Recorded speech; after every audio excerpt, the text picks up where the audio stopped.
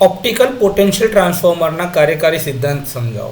तो optical potential transformer voltage मापवा माटे optical fibre टेक्नोलॉजीनो use करे छे, परंतु एमां साथे पोकल्स इफेक्ट अथवा तो कर इफेक्टनो उपयोग थाय छे। ए असरो एवुं वर्णवे छे कि इलेक्ट्रिक फील्ड केवी रीते मटीरियलना रिफ्रेक्टिव इंडेक्समां फेरफार करे छे। रिफ्रेक्टिव इंडेक्स एटले के वक्रीभवन थवुं।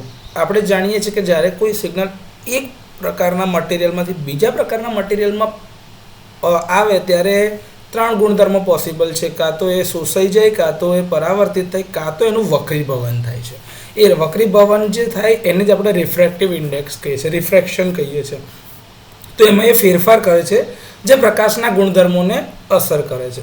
સ્વાભાવિક રીતે હવે આમાં પ્રકાશ સ્ત્રોતની જરૂર છે, તો એના માટે પોલરાઇઝ્ડ પ્રકાશ એટલે કે લાઇટનો એક બીમ હોય છે જે ઓપ્ટો ઇલેક્ટ્રિક ક્રિસ્ટલ દ્વારા નિર્દેશિત થાય છે, એટલે કે ડાયરેક્ટ કરવામાં છે કે ગાઈડ કરવામાં આવે છે। હવે એમાં જ ઇલેક્ટ્રિકલ ફિલ્ડ સાથેની ક્રિયા પ્રતિક્રિયા જે થાય છે, ઇન્ટરેક્શન જે થાય છે તે, તો એમાં એવું થાય છે કે ભાઈ જે તમારે હાઈ વોલ્ટેજ માપવાના છે એ ક્રિસ્ટલમાં એક ઇલેક્ટ્રિક ફિલ્ડ બનાવે છે, એની આજુબાજુમાં એક ફિલ્ડ ક્રિએટ થાય છે જે તેના રિફ્રેક્ટિવ ઇન્ડેક્સમાં ફેરફાર કરે છે।